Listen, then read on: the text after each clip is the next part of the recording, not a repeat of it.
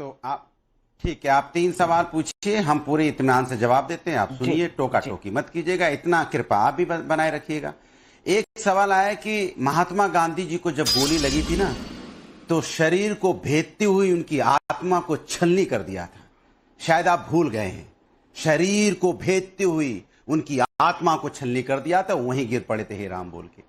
ये शायद भूल गई है भारतीय जनता पार्टी। आरएसएस के अपने नाथुराम गौडसे को बचाने के चक्कर में वो एक ऐसे शब्दों का इस्तेमाल करते हैं जैसे लगता है कि देश समझ नहीं रहा है। दूसरी बात, एक बात आपने बहुत अच्छी बोली, वोट बैंक की नहीं, हम हिंदुस्तान को खुशहाल देखने की राजनीति करते हैं, हिंदुस्तान को एक रखने की राजनीति करते हैं, हिंदुस्तान में जो हिंदू मुस्लिम सिख ईसाई एक साथ रहे, हिंदुस्तान विश्व गुरु बने, इसकी राजनीति करते हैं। हम डिवाइड एंड रूल नहीं करते अंग्रेजों की तरह। यहाँ पे ये फर्क है हम में और दूसरे में। दूसरी, भारतीय जनता पार्टी के जो आरएसएस के दत्तात्रेय साहब ने क्या कहा, आप यहां हमारे संविधान से समाजवाद और सेकुलर वर्ड हटाने की वकालत कर रहे हैं। वो समाजवाद जो सामाजिक न्याय की बात करता हो, वो समाजवाद जो समाज के अंदर में धन और संसाधनों का समान वितरण की बात करता हो, समाज के पिछड़े जो लोग हैं उनको आगे ले जाने की बात करता हो, और संसाधनों पे सबका अधिकार की बात करता हो, उस समाजवाद को आप खत्म कर देना चाहते हैं। आप नहीं चाहते समाज के अंदर में सिर्फ वो धन्ना सेठ रहे 1% लोग जिनके पास 40% संपत्ति इस देश की रहे, वो 10 टॉप 10 लोग जिनके पास 77% संपत्ति इस देश की रहे। आप ये हिंदुस्तान में ऐसा बनाना चाहते हैं। आप नहीं चाहते कि किसानों की इनकम दुगुनी हो, किसान भी पैरों पे खड़ा हो, इमरान मसूद समाजवाद हो, वो भी आके यहाँ 5 स्टार होटल में रहे, वो दिल्ली में आराम से अपने बच्चों को पढ़ा सके। इमरान मसूद बोले जी, वो भी दिल्ली में आके अपने बच्चों को अच्छे कॉन्वेंट स्कूल में पढ़ा सके जहां पे बड़े घर के लोग पढ़ रहे हैं। तो इमरान मसूद का सवाल, सेकुलर खत्म करना चाहे, वो जिस देश की आजादी में हिंदू मुस्लिम सिख, एक मिनट रुकिए, आ रहा हूं, हिंदू मुस्लिम सिख ईसाई सबने इस देश की आजादी में हिस्सा लिया और यहां देश को आजाद कराया, और वो शब्द खत्म कर देना चाहते हैं। कमाल का आप देश बनाना चाहते हैं। मतलब आप देश को किस तरफ लेना चाहते हैं? आप इमरान मसूद दरी, भाई साहब आप तो कथावाचक बन रहे हैं। आप लोग को देश पर रूल करें, अब आप कथावाचक बन रहे हैं।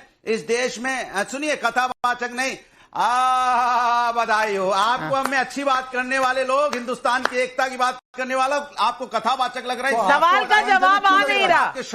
आपको ब्रेक लगाने के लिए मैंने शब्द इस्तेमाल किया था जिस पर आजकल आपकी पार्टी बहुत बोलने लग जाती है। कौन कितना ले रहा है, क्या कर रहा है, वो सब कुछ आपके पास लेखा जोखा है, लेकिन जवाब नहीं है। फैज खान भाई, ये अनुराग भदौरिया जी जवाब क्यों नहीं दे रहे मेरे एक छोटे से सवाल का, कि इमरान मसूद ने किसके लिए कहा कि इन्हें दरी बिछाने वाला मुसलमान चाहिए, बोलने वाला नहीं? किसके लिए कहा होगा? बिस्मिल्लाहिर्रहमानिर्रहीम, रब्बिश रह ली सदरी व यस्सिर ली अमरी वहलुल उक़दतम मिन लिसानी यफ़क़हू क़ौली। नमस्ते सदा वत्सले मातृभूमे त्वया हिंदू भूमे सुखम वर्धितो हम महामंगले पुण्य भूमे तदर्थे पतत्वेश कायो। नमस्ते नमस्ते। और नाविका जी, आज मैं सबसे पहले अमर सिंह जी को प्रणाम करना चाहूंगा। समाजवादी पार्टी में जीवन भर रहे, लेकिन जाते जाते उन्होंने नेक काम किया।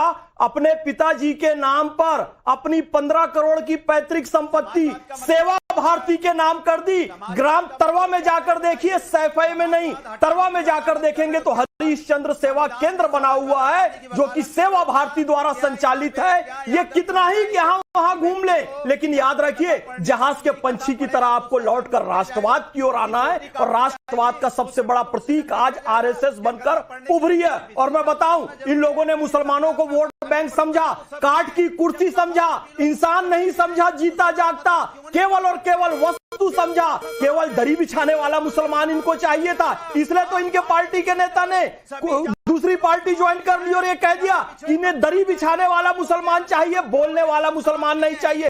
और महात्मा गांधी की ये बात करते हैं, महात्मा गांधी ने अंतिम समय में कहा था हे राम, और धर्मनिरपेक्ष संविधान में महात्मा गांधी की समाधि में जो लिखा हुआ हे राम, उसका अपमान है। याद रखिए, महात्मा गांधी सदा रामराज कहते थे, ना कि समाजवाद कहते थे। महात्मा गांधी सदा कहते थे कि धर्म होना चाहिए राजनीति में, क्योंकि धर्म की परिभाषा धृति क्षमा दमोस्तेयम शौचम इंद्रिय निग्रह धीर विद्या सत्यम अक्रोधो दशकम धर्म लक्षणम। महात्मा गांधी रामराज कहते थे, दैहिक दैविक भौतिक तापा, रामराज काहू नहीं व्यापा, सब नर करी परस्पर प्रीति, चली सुधर्म निरत स्तुति नीति। और 26 नवंबर 1949 मिति मार्ग शीर्ष शुक्ल सप्तमी 2006 विक्रमी को हमने इस संविधान को अधिनियमित, अंगीकृत, आत्मार्पित किया था। उसमें समाजवाद और धर्मनिरपेक्ष शब्द नहीं था। और मैं आपको एक बात बताऊं, बुद्धम शरणम गच्छामि, धम्मम शरणम गच्छामि, करके दिखाइए धर्मनिरपेक्ष शरणम गच्छामि। यदा यदा हि धर्मस्य ग्लानिर्भवति भारत अभ्युत्थानं धर्मस्य तदात्मानं सृजाम्यहम् परित्राणाय साधूनां विनाशाय च दुष्कृतां धर्म संस्थापनार्थाय संभवामि युगे युगे। इसमें धर्म हटाकर धर्मनिरपेक्ष कर दे। सुरासो पहचानिए, जो लड़े दीन के हेत, पुर्जा पुर्जा कट मरे, कभू न छाड़े खेत। दीन धर्म की जगह ये धर्म निरपेक्ष करके बता। लेकिन भारत की आत्मा, भारत का धर्म तो इस्तेमाल होता है चुनावों में, धर्म तो इस्तेमाल होता है चुनावों में। और अश्विनी जी ये बता दीजिए कि इमरान मसूद को किस बात का दर्द है। और एसके जैन दिल्ली से आपसे ही पूछ रहे हैं, कर्नाटक कांग्रेस ने चुनाव के समय अपने एजेंडे में आरएसएस पर प्रतिबंध लगाने का वादा किया था, अभी तक लगाया क्यों नहीं प्रतिबंध?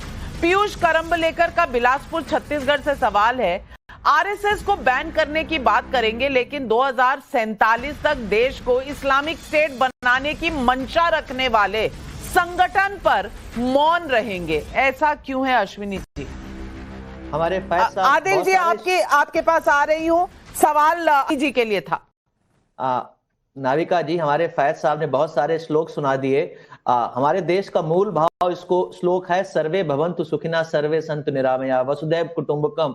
ऐसे 10 श्लोक मैं भी सुना सकता हूं। बात श्लोक सुनाने की नहीं है, बात है विचारधारा की। इन्होंने बिल्कुल सही कहा, गांधी जी की विचारधारा बहुत अच्छी थी और उस विचारधारा को मारने का काम आरएसएस ने किया। एक और तस्वीर देखिए आप नाविका जी, इसमें गांधी जी हैं, गांधी जी के साथ हमारे देश के बागी फ्रीडम फाइटर्स हैं। और ये 1945 की तस्वीर है जिसमें मारने का काम श्यामा प्रसाद मुखर्जी और वीर सावरकर कर रहे हैं।